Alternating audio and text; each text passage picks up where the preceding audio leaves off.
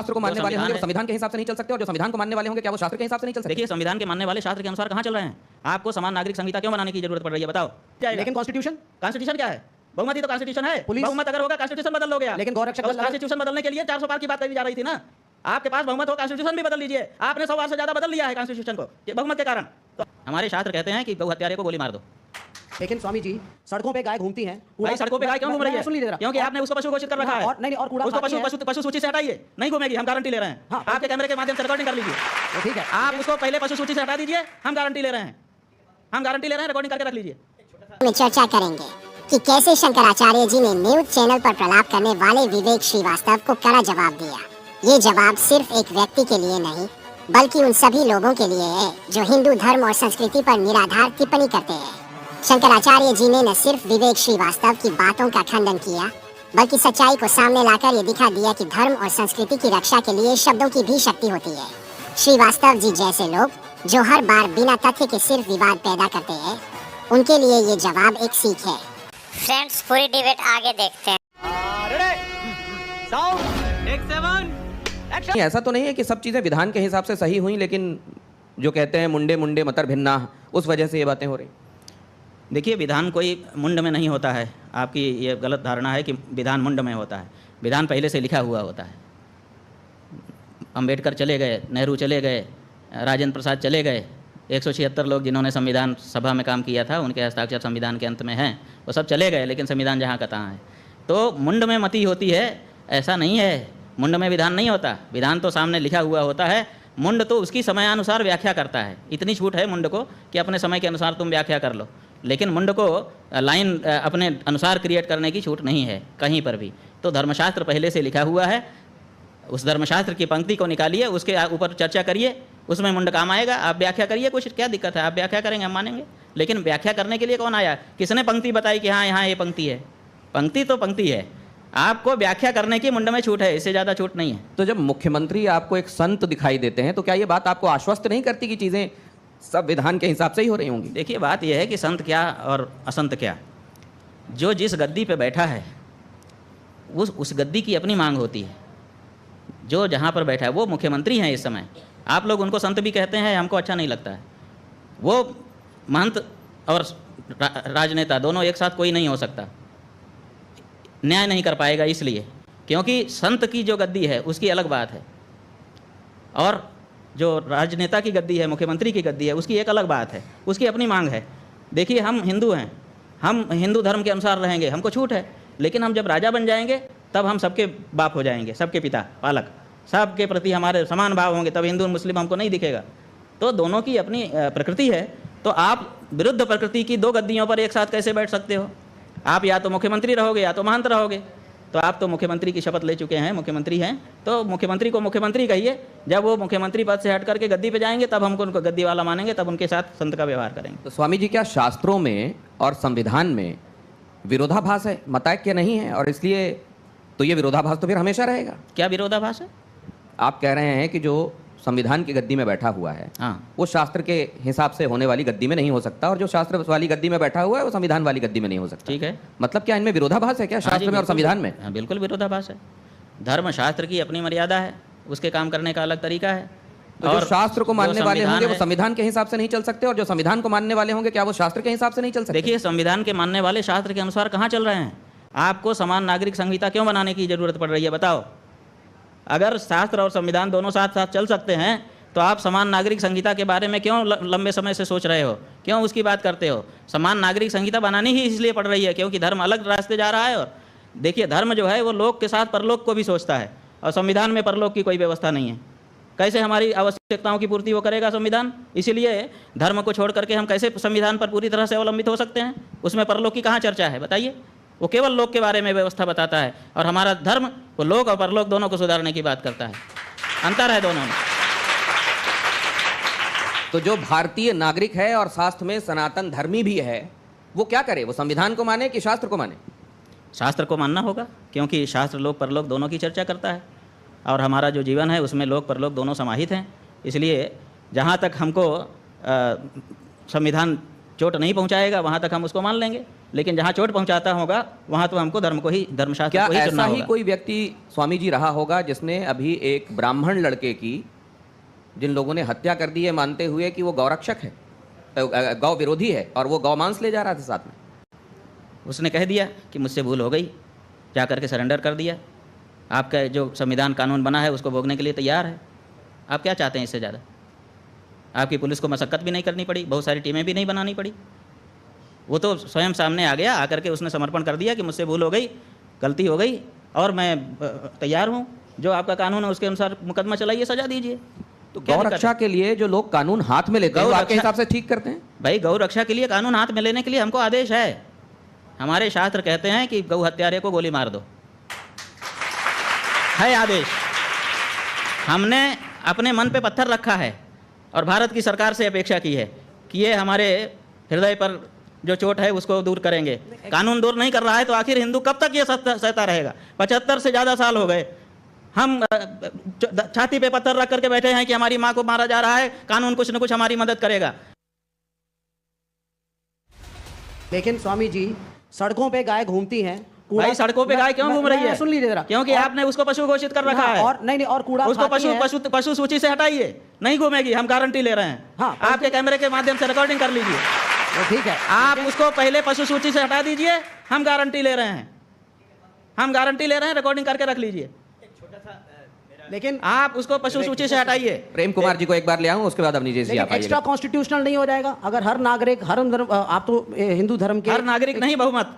देखिए आप हर नागरिक, हमारी बात मत करिए जी। जो बहुमत का फैसला होता है आप वाले सिस्टम में वही माना जाता है। जिसके पास एक ज्यादा वोट आ जाएगा वो लाखों वोटों को व्यर्थ बना करके स्वयं जीत जाएगा। लेकिन कॉन्स्टिट्यूशन, कॉन्स्टिट्यूशन क्या है? बहुमत ही तो कॉन्स्टिट्यूशन है। पुलिस- बहुमत अगर होगा कॉन्स्टिट्यूशन बदल लोगे आप। लेकिन गौरक्षक दल अगर- कॉन्स्टिट्यूशन बदलने के लिए 400 पार की बात करी जा रही थी ना। आपके पास बहुमत हो, कॉन्स्टिट्यूशन भी बदल लीजिए। आपने 100 बार से ज्यादा बदल लिया है कॉन्स्टिट्यूशन को बहुमत के कारण। तो आप बहुमत की आवाज को कैसे दबा सकते हैं? ये बहुमत की आवाज है कि गाय की हत्या नहीं होनी चाहिए, बहुमत की आवाज है, आप इसकी उपेक्षा नहीं कर सकते। लेकिन इस देश में कोर्ट भी है, वकील भी भाई है, कोर्ट है पुलिस तो हम भी कहाँ कह रहे हैं? तो गौरक्षक दल अगर इनको साइड करके खुद न्याय करने लगेंगे, हाँ खुद न्याय तो करेगा, ये आप अपने कानून unconstitutional के है। अनुसार उनके ऊपर मुकदमा चलाइए। हम उसको मान रहे हैं कि हम जिस देश में हैं उसका कानून मानेंगे। हम भारत में हैं, भारत का जो कानून है कि अगर हमने हत्या की है तो उसके लिए हमको दंड जो तय मिले, वही तो हम कह रहे हैं कि उस व्यक्ति से गोली चल गई, उसने कहा कि मैं मुझसे गलती हो गई है, इससे ज्यादा क्या करेगा वो? स्वामी जी वो लेकिन कानून को पालन ही तो कर रहा है, और क्या कर रहा है? स्वामी जी अगर आप कह रहे हैं कि शास्त्र के हिसाब से चलना चाहिए तो दूसरे धर्मों के भी तो शास्त्र हैं, वो अपने हिसाब से चलेंगे। हाँ तो चले ना, कहाँ मना कर रहे हैं? हम कहाँ मना कर रहे हैं? बिल्कुल हम यही चाहते हैं कि वो भी अपने शास्त्र के अनुसार चलें। क्यों नहीं अपने शास्त्र के अनुसार चलते हैं? उनके शास्त्र में लिखा रहा है कि सबसे उत्तम निवास वो है जहाँ पर पूरी तरह से इस्लाम हो। तो पूरी तरह से जहाँ इस्लाम है वहाँ क्यों नहीं चले जाते हैं? बताओ, हमारे बीच में क्यों रह रहे हैं वो? यही तो सवाल है। तो वो पूरी तरह से अपने धर्म का पालन करें, इसी के लिए 57 देश बना लिए उन्होंने। नहीं, लेकिन देश तो और सदा अपने है। अपने चले जाएं, वहाँ पे पालन करें। और वक्फ बोर्ड के नाम पे जहाँ पे नहीं है वहाँ चले जाएं और जमीनों को एनक्रोच कर लें। क्या चीज़? वक्फ बोर्ड के नाम पे जमीनें भाई encroach कर हमारा वही कहना है कि उनको ऐसे जहाँ पर उनके धर्म के अनुसार का वातावरण नहीं, उनको क्यों रहना चाहिए? विशेष करके तब जब धर्म के नाम पे उन्होंने हमारे देश का एक टुकड़ा बांट लें। लिया। तो फिर वो दारुल हरम वाला जो कॉन्सेप्ट है वो फिर उसका क्या? वही हम कह रहे हैं कि उनको अपने धर्म के अनुसार रहने की छूट है, लेकिन वो अपने वातावरण में जाके करे, वो हमारे वातावरण में हमको रहने दे। प्रेम कुमार जी को लाता हूँ मैं इसमें। प्रेम कुमार जी, शंकराचार्य जी ने कई हेडलाइंस दिए हैं आज की बातचीत में। गो हत्या क्या है? गो हत्या पर आप कह रहे हैं बलि देना, किसी को मांस के हिसाब से, खाने के हिसाब से पशु की हत्या करना, गाय की हत्या करना, गाय के संदर्भ में गो हत्या, सिर्फ यही गो हत्या है क्या? भूखे गौशालाओं में मरती हुई गायें ये गो हत्या नहीं है? इसके लिए कभी आपने कभी कोई आवाज़ नहीं? क्यों गाय गौशालाएं में गायों की हत्या, मौत, वो हत्या मैं मानता हूँ, लेकिन वो गो हत्या नहीं है क्या? उस पर भी तो कोई दृष्टि होनी चाहिए। मैं एक और सवाल रखता हूँ, मेरी आवाज़ में थोड़ी तलखी आ रही है, मैं क्षमा मांगता हूँ, लेकिन और भी बात आ रही है। नहीं, जैसे आपके मन में भाव है वैसे ही व्यक्त करिए, हम इसका स्वागत करते हैं। ठीक है मैं धन्यवाद। एक साथ साथ और भी बातें हैं। भाई कश्मीर में पंडित विस्थापित हुए ना, कितने लोगों को बसाया गया, कितने पंडितों को बसाया गया, और इसके लिए किया क्या? एक हिंदू धर्म के शंकराचार्य के नाते हिंदुओं को हिंदू पंडितों को वहाँ बसाने में क्या किया गया, आपका क्या योगदान रहा, सरकार को जवाबदेह बनाने के लिए आपने क्या किया, ये तो सवाल हम आपके सामने रखते हैं। सबसे ज़्यादा गायें कौन पाल रहा है? हमारी गौशालाएं पाल रही हैं, हमको इस बात का गर्व है। और आप ये मत कहिए कि व्यक्तिगत मेरे नाम से कितनी संपत्ति है, वही संपत्ति मेरी है। हिंदू धर्म का जहाँ जहाँ जो कुछ भी अवस्थापन है वो सब हमारा है, शंकराचार्य होने के नाते। जितनी गौशालाएं हैं वो सब हमारी हैं और हम वहाँ पर गौओं की रक्षा कर रहे हैं। जो गौएँ मरी हैं, जिसकी रिपोर्टिंग आपके पत्रकारों ने की है, 99% वो गौशालाएं हैं जिनमें सरकारी अनुदान आ रहा है। उन गौशालाओं में गाय की हालत ख़राब हुई जब आपने कहा कि हम इस गौशाला में अनुदान करेंगे। अनुदान का जो पैसा है वो भ्रष्टाचार की भेंट चढ़ गया और गाय मर गई। आप निकाल लीजिए, सारी रिपोर्टिंग निकाल लीजिए। कौन दोषी है आपके हिसाब से और कौन ज्यादा दोषी? हम ये कह रहे हैं कि आप हमसे ये पूछ रहे हैं कि नाग अच्छा कि सांप अच्छा, बताइए। आप ऐसा फंसा रहे हैं कि किसी का भी नाम ले दें और हमको काट ले।